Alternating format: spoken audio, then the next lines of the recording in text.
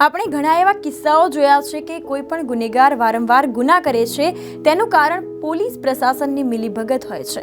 ગુનેગારો નિર્ભયતાથી ગુના કરે છે કારણ કે પોલીસ વહીવટનું સંચાલન તેમના માટે મજાક સમાન છે, કારણ કે કાં તો ગુનેગારને જમાઈની જેમ જોવામાં આવે છે અથવા કેસ સાથે છેડછાડ કરવામાં આવે છે અને સામાન્ય કલમો લાદવામાં આવે છે।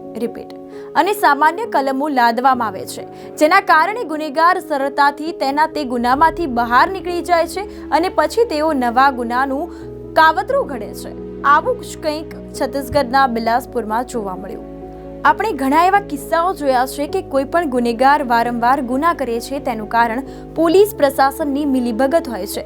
ગુનેગારો નિર્ભયતાથી ગુના કરે છે કારણ કે પોલીસ વહીવટનું સંચાલન તેમના માટે મજાક સમાન છે, કારણ કે કાં તો ગુનેગારને જમાઈની જેમ જોવામાં આવે છે અથવા કેસ સાથે છેડછાડ કરવામાં આવે છે અને સામાન્ય કલમો લાદવામાં આવે છે, જેના કારણે ગુનેગાર સરળતાથી તે ગુનામાંથી બહાર નીકળી જાય છે અને પછી તેઓ નવા ગુના કરવાનું કાવતરું ઘડે છે। આવું જ કંઈક છત્તીસગઢના બિલાસપુરમાં જોવા મળ્યું। નમસ્કાર, હું છું આપની સાથે કૃપા ઠક્કર। આપ જોઈ રહ્યા છો ન્યૂઝ ફોર ઇન્ડિયાનો ક્રાઇમ એપિસોડ। પહેલાથી જ અનેક ગુનાઓમાં સંડોવાયેલા પાગલ પ્રેમીને લાકડીઓ અને બેલ્ટ વડે માર મારીને અર્ધમૃત હાલતમાં છોડીને રસ્તા પરથી ફેંકી દીધો હતો। જી હા, છત્તીસગઢના બિલાસપુરમાં પ્રેમ ત્રિકોણના કારણે કોચિંગ કરતી મહિલાના પ્રેમીની હત્યા કરી દેવામાં આવી। પાગલ પ્રેમીએ યુવતીના બીજા પ્રેમી અને સ્પર્ધાત્મક પરીક્ષાની તૈયારી કરી રહેલી વિદ્યાર્થિનીનું અપહરણ કર્યું હતું। ત્યારબાદ તેને લાકડીઓ અને બેલ્ટ વડે મારવામાં આવ્યો હતો। યુવકનું મૃત્યુ થવાનું જણાતા તેને કારમાંથી ઉતારીને રોડ પર ફેંકી દેવામાં આવ્યો હતો। 6 જૂને બપોરે 3 થી 4 વાગ્યાના અરસામાં બિલાસપુરના સૌથી વ્યસ્ત રોડ રાયપુર રોડ પર ગુંબર પેટ્રોલ પંપ પાસે 20 વર્ષીય યુવકનો મૃતદેહ મળી આવ્યો હતો।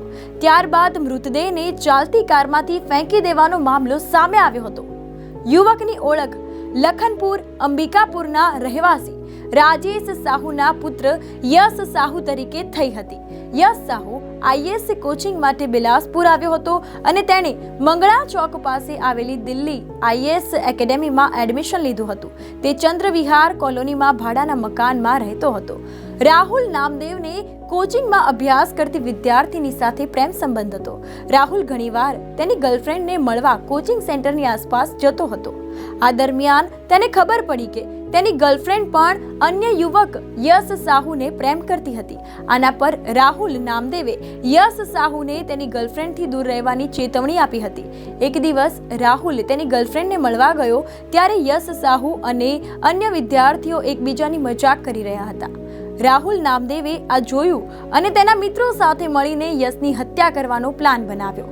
રાહુલ નામદેવે યશને કોચિંગ માટે બોલાવ્યો હતો અને પછી તેને કારમાં બેસાડીને મારીને ચક્કરબાથા પાસે લઈ ગયો હતો। ત્યાં તે તેના 2 મિત્રો સાથે યશ સાહુને બંધ રેસ્ટોરન્ટમાં લઈ ગયો અને તેની હત્યા કરી। જ્યારે તેને ખબર પડી કે યશ સાહુ મરી જવાનો છે ત્યારે ચારેય જણાએ તેને કારમાં બેસાડી રાયપુર રોડ પર ચાલતી કારમાંથી નીચે ફેંકી દીધો હતો। અર્ધમૃત યશ સાહુએ ઊભા થવાનો પ્રયાસ કર્યો, પરંતુ તે એટલો ઘાયલ થયો કે તે ગટરમાં પડી ગયો। એક રાહદારીની સૂચના પર પોલીસને જાણ કરવામાં આવી। પોલીસને જાણ કરતા પોલીસ ઘટના સ્થળે પહોંચી આ દરમિયાન તપાસ કરી અને મૃતકના પરિવારજનોને જાણ કરી અને સમગ્ર પ્રક્રિયા પૂર્ણ થયા બાદ મૃતદેહનું પોસ્ટમોર્ટમ કરી પરિવારજનોને સોંપવામાં આવ્યું હતું। પોલીસે કોચિંગ સેન્ટર અને અન્ય સ્થળોની આસપાસ લગાવેલા 200 થી વધુ સીસીટીવી ફૂટેજ તપાસ કર્યા।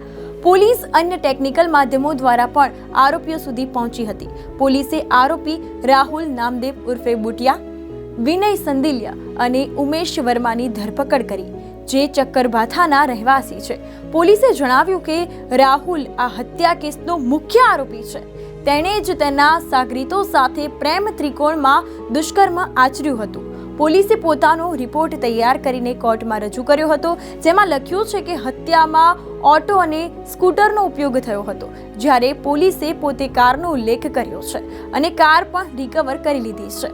મૃતકના પિતા રાહુલ સાહુએ પોલીસ પર આવા અનેક સવાલ જે છે તે ઊભા કર્યા છે, તો પોલીસે પોતાના મૃતકના પિતાએ રાહુલ સાહુ પર પોલીસ પર આવા અનેક સવાલો જે છે તે ઊભા કર્યા છે કે પિતાના નિવેદન મુજબ પોલીસ કારના માલિકને બચાવવાનો પ્રયાસ કરી રહી છે.